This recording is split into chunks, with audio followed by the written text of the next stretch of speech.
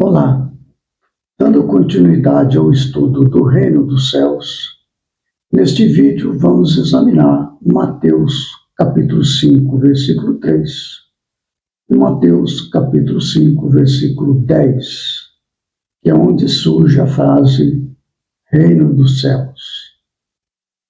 No capítulo 5, 6 e 7, trata-se do Sermão da Montanha. E no capítulo 5, ao iniciar o Sermão da Montanha, Jesus apresenta 9 situações de bem-aventurança. 2 delas, que é o capítulo 5, versículo 3, o capítulo 5, versículo 10, tratam do reino dos céus. Eu vou ler todas as bem-aventuranças e destacar esses 2 versículos, o 3 e o 10.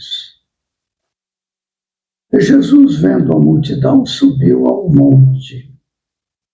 E, assentando-se, aproximaram-se dele os seus discípulos.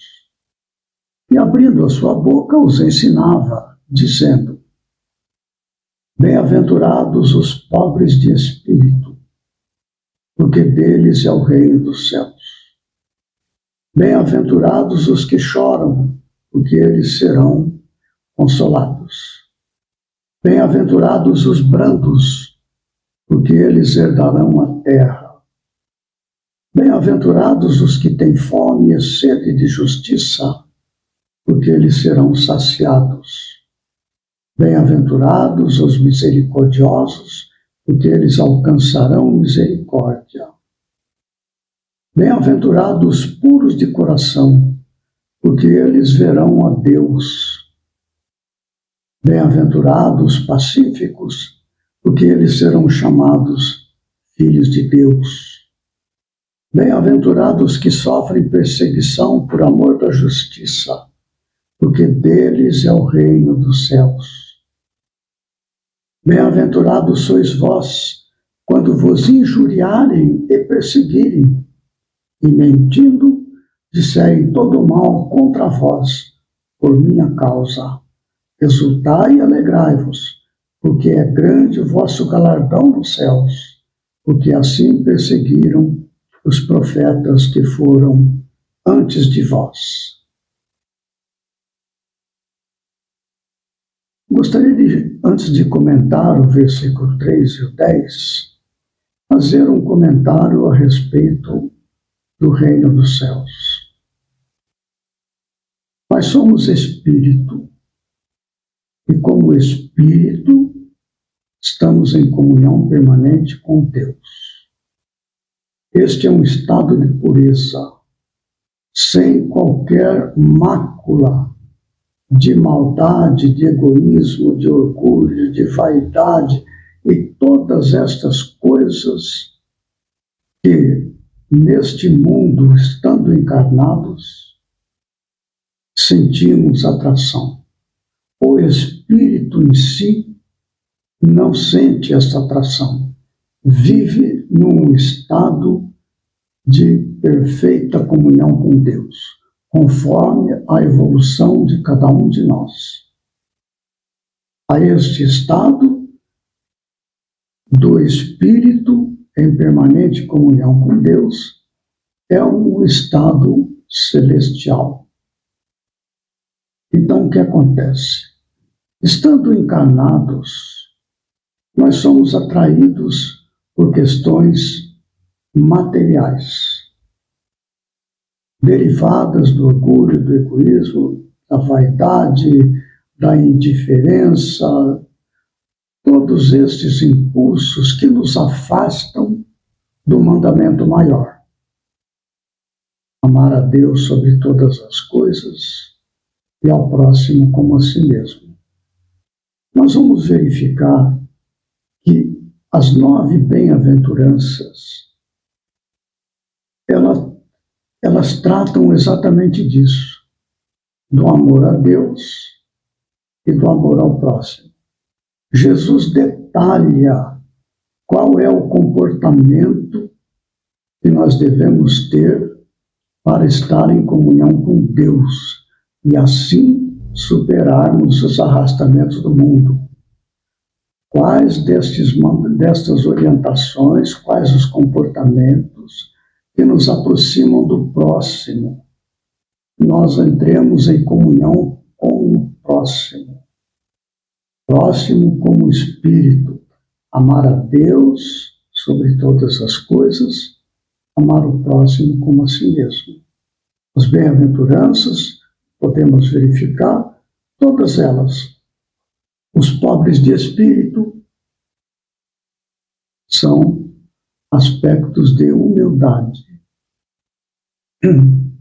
Bem-aventurados os pobres de espírito, porque deles é o reino dos céus. O pobre de espírito é a humildade. É aquela pessoa que não está cheia de sabedoria, de arrogância, que são coisas deste mundo. Então, os pobres de espíritos, eles superam as barreiras decorrentes do egoísmo, do orgulho, da vaidade e outros arrastamentos deste mundo. A humildade significa submissão a Deus e suas leis. Não é a humildade de nos submeter à maldade humana, não. Exemplo, nós vamos verificar que as bem-aventuranças nos trazem orientações para esses casos. Sermos fiéis a Deus. Isto é humildade. Quando nós superamos as barreiras dos arrastamentos do mundo material, nós estaremos sem interferência deste mundo. Logo, estaremos no reino dos céus. O estado íntimo nosso está, como encarnados, em perfeita sintonia conosco mesmo, mas como espírito, este ser que permanece em comunhão com Deus. É um estado de bem-aventurança. É um estado em que os aspectos do mundo, os valores do mundo, pelos quais ainda muito próximos da animalidade, nos esforçamos, nos empenhamos, ficando presos a este mundo. A humildade faz com que superemos essas barreiras, fazendo então que nós, como encarnados, estejamos em comunhão com o Espírito, que é o Deus em nós, é onde está escrita a lei de Deus, na consciência. Só que nós podemos falar a presença de Deus em nós na medida da nossa evolução intelectual e moral. Quanto mais avançamos em conhecimento, sabedoria e amor, mais nós ampliamos o espectro possível de comunhão com Deus. É uma questão de frequência vibratória. As coisas deste mundo, todos os interesses deste mundo que nascem em nosso coração, os arrastamentos para as coisas deste mundo, fazem com que nosso íntimo vibre numa frequência baixa. Mas quando nós entramos em sintonia com os valores mais elevados do nosso entendimento moral, a frequência que decorre do nosso estado íntimo é mais elevada. Então, quanto maior a frequência, mais próximo do reino de Deus. Quanto mais o bem nós praticamos, que é um aspecto do amor, mais elevada a frequência. A frequência mais alta que existe é o amor puro, o amor fraternal. Daqui na Terra, o que se conhece do amor maternal. Talvez como, na nossa compreensão, estando encarnados, o amor mais elevado que nós podemos conceber. Tem uma frequência vibratória muito elevada. Estando em comunhão o céu que existe dentro de nós, que emana do Espírito, a nossa frequência vibratória é muito elevada. A humildade nos ajuda nesta tarefa. Nós vamos ver lá embaixo, no versículo 10 da lista, desde o versículo 3 até o 12, o versículo 10, é assim: bem-aventurados que sofrem perseguição por amor da justiça, porque deles é o reino dos céus. O amor da justiça significa que nós estamos falando da justiça divina, que decorre do amor ao próximo, do amor a Deus e do amor ao próximo. O amor às leis de Deus que nós somos capazes de compreender faz com que vençamos as barreiras do medo, do ódio, do desejo de vingança, da mágoa, do rancor, que são aspectos todos estes inerentes à nossa vida egoísta. Agora, bem-aventurados que sofrem perseguição por amor da justiça é um aspecto de amor a Deus que nos coloca em estado de vibração muito elevada. É preciso lembrar neste momento, a respeito deste versículo 10, os que sofrem perseguição por amor da justiça, no ensinamento que Jesus fala assim: não há amor maior do que este, de dar a sua vida pelos seus amigos. É um desprendimento completo das coisas deste mundo. Entregar a própria vida do corpo pelos seus amigos, em favor do seu, como fez Jesus.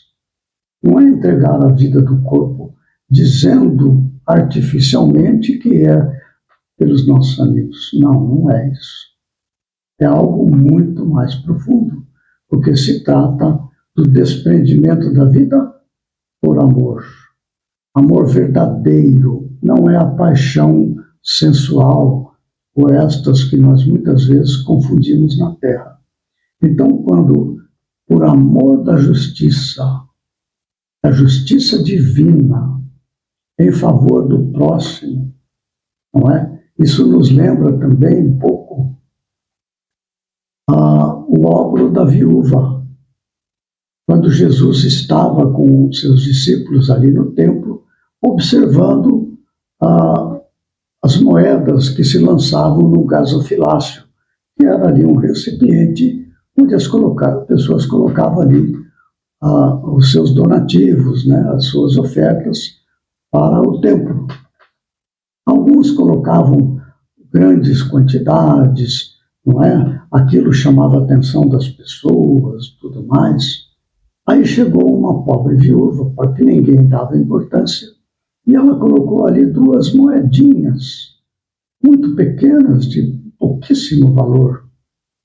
E Jesus então fala: em verdade vos digo que esta mulher deu mais do que todos os outros, porque ela deu do que lhe fazia falta. Este é o ponto. Ela entregou-se amor a Deus, colocando o templo como morada de Deus, como era o entendimento naquela época. Mas ela fez isso por amor a Deus. Ela colocou a sua própria vida em risco, porque ela deu tudo o que tinha. Uma mulher muito pobre ia ficar sem comer, e assim por diante. São exemplos que dizem respeito. Este sentimento da viúva, do que deu o seu óbolo ali, a sua esmola, é exatamente esse desprendimento, porque as vibrações do seu coração estão muito elevadas e a coloca muito perto do reino dos céus, onde ali, depois desta vida atribulada, da vida no corpo, ou às vezes até mesmo com lances de insights, digamos assim, a pessoa atingirá este estado de bem-aventurança, onde as coisas do mundo, as aflições deste mundo, não fazem qualquer efeito, não nos trazem qualquer lembrança ou qualquer influência. O reino dos céus é este estado de frequência muito elevada, onde se tem sintonia com espíritos muito elevados, onde manifestam o amor, que é a essência de todos nós. Porque, em essência, nós somos amor, só que obscurecido pelos interesses materiais. É como sendo um vidro muito embaçado que precisa ser limpo para que a luz do sol, que advém do amor divino, possa iluminar a nossa alma. As outras bem-aventuranças são muito interessantes porque elas sempre se referem uma a um caso, outra a outro. Veja, por exemplo, o versículo 3. Bem-aventurados os pobres de espírito, porque deles é o reino dos céus. Trata-se da humildade. Podemos ver a bem-aventurança do versículo 8.